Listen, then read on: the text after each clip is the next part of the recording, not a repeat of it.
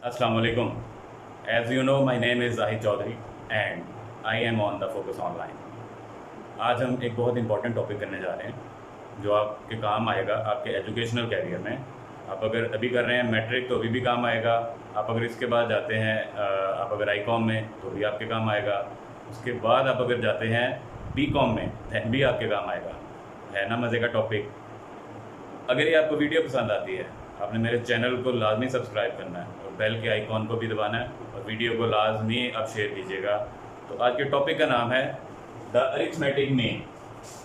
इसको find out करने के 3 मेथड हैं। सबसे पहले तो जो भी ये स्टूडेंट्स ये अगर काम आपने पहले किया या नहीं किया, आपको एक चीज़ बताऊं, आपके पास होता है 2 तरह का डाटा। आपने जिसको यूज़ करते हुए ये क्वेश्चन सॉल्व करना है वो आपको पहले वो बताता हूँ डाटा की टाइप्स। उसके बाद हम आते हैं इसमें जो आपके यूज़ होंगे फार्मूलाज। तो सबसे पहले फर्स्ट टाइप का नाम है the ungroup data and the group data. ये दोनों में क्या डिफरेंस है? फर्स्ट टाइप है जो इसमें आपको कोई भी डाटा, आपको कोई भी वैल्यूज दे के कहता है आप इसका मीन फाइंड करें। वो वैल्यूज आपके पास क्या हो सकती हैं? आपके मैथ के मार्क्स हो सकते हैं हर क्लास में, या आपकी क्लास के बच्चों की एज जो है वो हो सकती है। आपको कोई भी डाटा प्रोवाइड किया जाता है लेकिन सिंपल इस फॉर्म के अंदर। जैसे let's suppose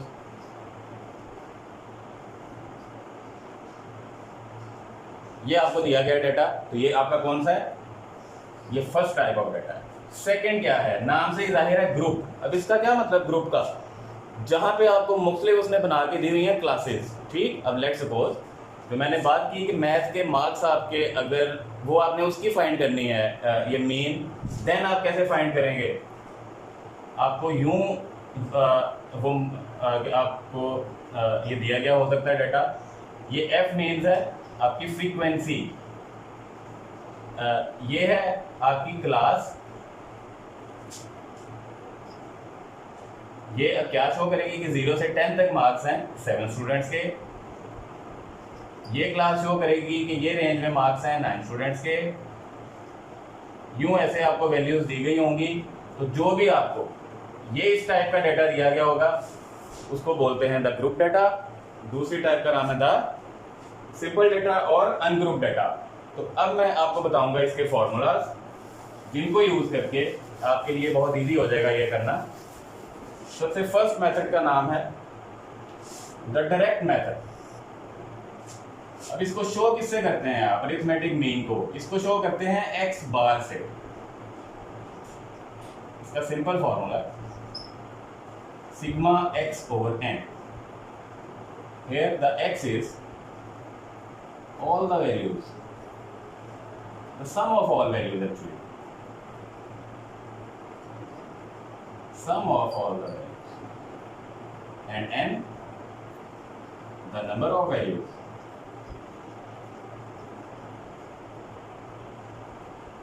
And this formula is for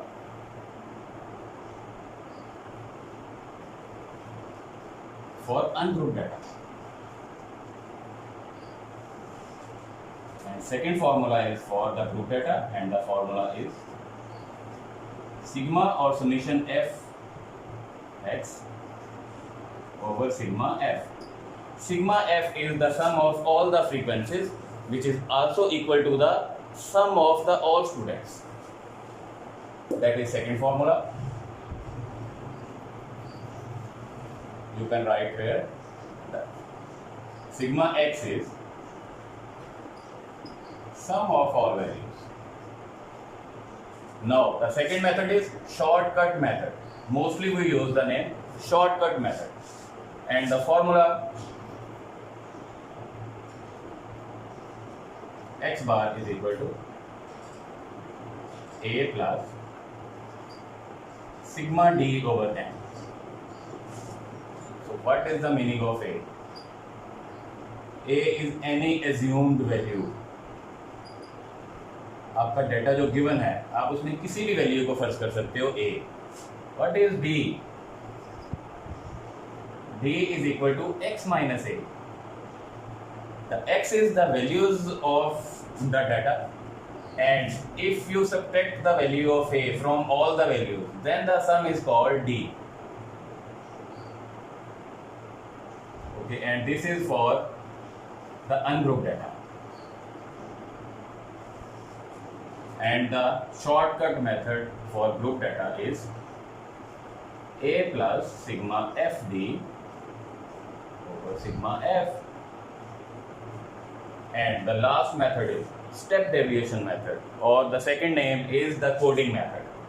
So the formula for the coding method is A plus sigma U over N into H. So the A is same, the U is D over H. And what is H? H means the common divisor. एक ऐसी value जिसपे आपका सारा given data जो है उसकी सारी values हो रही हों डिवाइड, उसको बोलते हैं the common divisor. And the formula for group data x bar is equal to A plus sigma FU over sigma F into H. Now we will discuss a problem of each data, then you can easily understand the methods. You can note the formulas, and after that we will apply the formula.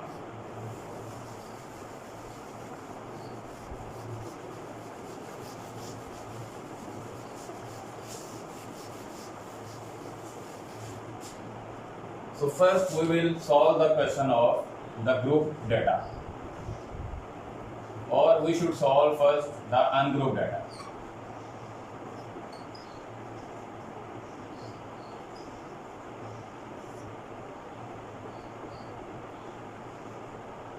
If you given the marks of some students like 40, 38, 45, 25 and 30, अब आपने ये data use करते हुए आपके सारे formulas आप apply करेंगे. Then आपके हर फार्मूला से सेम आंसर आना चाहिए, आपके आंसर पे कोई फ़र्क नहीं आएगा. तो अब चलते हैं सब फार्मूलाज की तरफ वन बाय वन, ताकि आपको पता चले कि इसको आप कैसे सॉल्व करेंगे. The first method is direct method.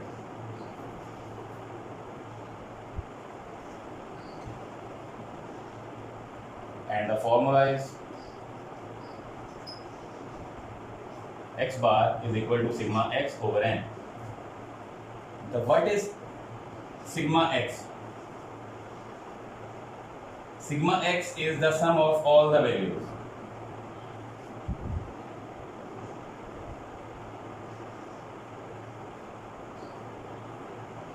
So the sigma x is 178, and the number of values are 1, 2, 3, 4, 5. 178 divided by 5, and you will get the answer. And the second method is the indirect method, and the formula is x bar is equal to A plus sigma D over n. You can find the value of D here. Let the A value is the 30. So you can find the D. D is equal to x minus A. तो अब आपने क्या करना है, सारी values में से आप ये वैल्यू को माइनस करेंगे, A वैल्यू को, वो आपने लेट कर ली 30. देन आप क्या करेंगे 40 माइनस 30 देन इक्वल टू 10. इसमें से जब माइनस करेंगे 8, जब इसमें से माइनस करेंगे 15, जब इसमें से माइनस करेंगे -5, और जब इसमें से माइनस करेंगे तो 0. And the sum or summation of D is sigma D is 10, 20, 28. Sigma D is 28. Now put the values in the formula. The A is 30 plus sigma D is 28, and the N is 1, 2, 3, 4, 5. Now you solve the values, and the answer will be same. The last method is coding method, and the formula is x bar is equal to a plus sigma u over n into h. So you have to know the value of h. और आपको बताया था कि h की value क्या होती है। आपके पास जो भी डाटा गिवन है उसकी सारी वैल्यूज जिस किसी एक पे हो रही हो डिवाइड। अब यहाँ पे कोई ऐसी फिगर नहीं है जिसपे ये सारी वैल्यूज हो रही हैं डिवाइड। आपका आंसर आना चाहिए, डेसिमल में नहीं आना चाहिए। देन आप यहाँ पे h रख लेंगे 1, क्योंकि जब आप 1 पे सबको डिवाइड करेंगे देन उस पर कोई फर्क नहीं पड़ेगा। Then the u column is u is equal to d over h, and आपकी सेम वैल्यूज आएंगी सारी की सारी, क्योंकि जब भी आप 1 पे डिवाइड करते हैं किसी चीज़ को तो उसकी वैल्यू पे कोई फर्क नहीं पड़ता। Then the sigma u is also 28। Now put of the values, the a is 30। तो ये चीज़ याद रखनी है, आपने a जो भी एक बार सेलेक्ट कर लिया क्वेश्चन में, आप उसको चेंज नहीं कर सकते। ये नहीं कि ये मेथड में कुछ और a रख लें और नेक्स्ट मेथड में जाके आपका दिल करे नहीं कुछ और a होना चाहिए, ऐसा पॉसिबल नहीं है।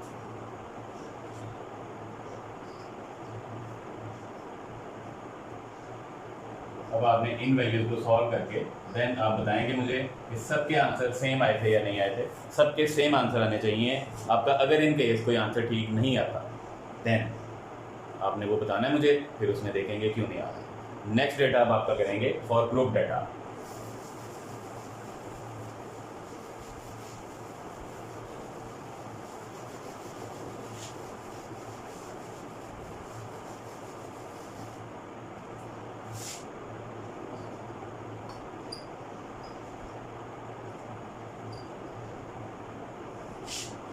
यहाँ पे भी इलेक्ट करते हैं कि मार्क्स गिवन है 0 to 10, 10 to 20, 20 to 30, 30 to 40 and 40 to 50, and the frequency is 1, 3, 2, 4, 5. Now the first method is direct math. सबसे पहले आप यहाँ लिखेंगे फॉर्मूला इसका, ताकि आपको पता चल जाए आपको कौन कौन सी वैल्यूज चाहिए। Sigma F X over sigma F. Sigma F तो अब आपको यहाँ से मिल जाएगा, क्या मिलेगा? Sigma F is equal to 5, 4, 9, 10 and 5, 15। Sigma F is equal to 15। अब आपके पास सिग्मा एफ एक्स नहीं है। जब तक आपके पास ये कॉलम नहीं होगा एफ एक्स, देन तब तक आप उसका सिग्मा या समीशन नहीं ले सकते। फिर अब कैसे आएगा? आपके पास यहाँ पे एक्स कॉलम नहीं है, आप पहले वो फाइंड आउट करोगे। ये जो वैल्यूज गिवन है ये आपकी लोअर क्लास है, ये है आपकी अपर क्लास। अब आपके पास एक्स वैल्यू कहाँ आएगी? आपने इनकी मिड वैल्यूज लेनी है।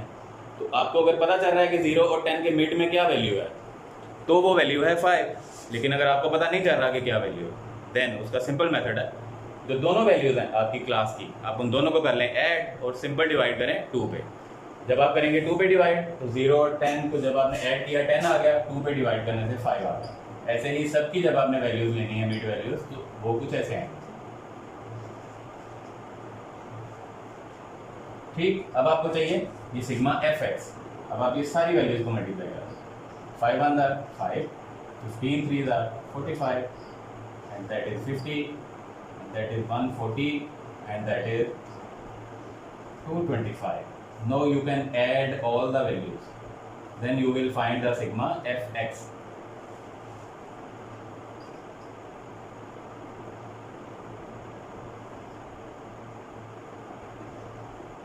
The value is 465. Now 465 divided by 15. So the answer is you will get the answer. Now we solve the second method, which is indirect method.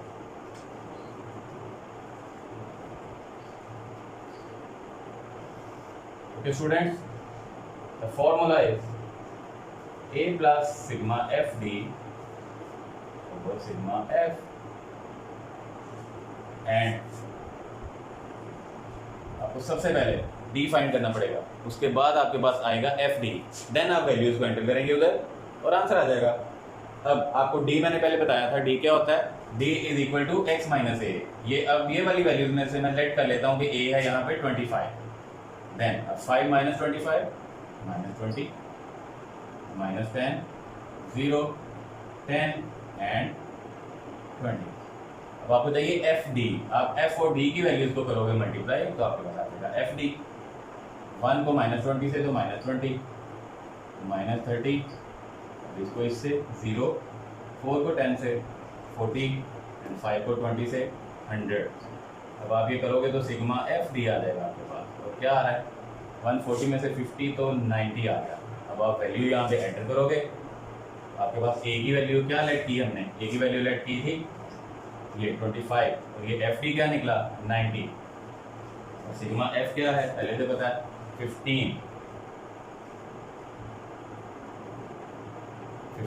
6 90 and 25 plus 6 that is 31, so the x bar is 31। आप जब इसको भी करेंगे 15 पे divide तो इसका answer भी 31 ही आएगा। x बार का आंसर पता चल गया 31, एक मेथड से, दूसरे से भी। अब आप करेंगे तीसरा method which is coding method और स्टेप डेविएशन मेथड।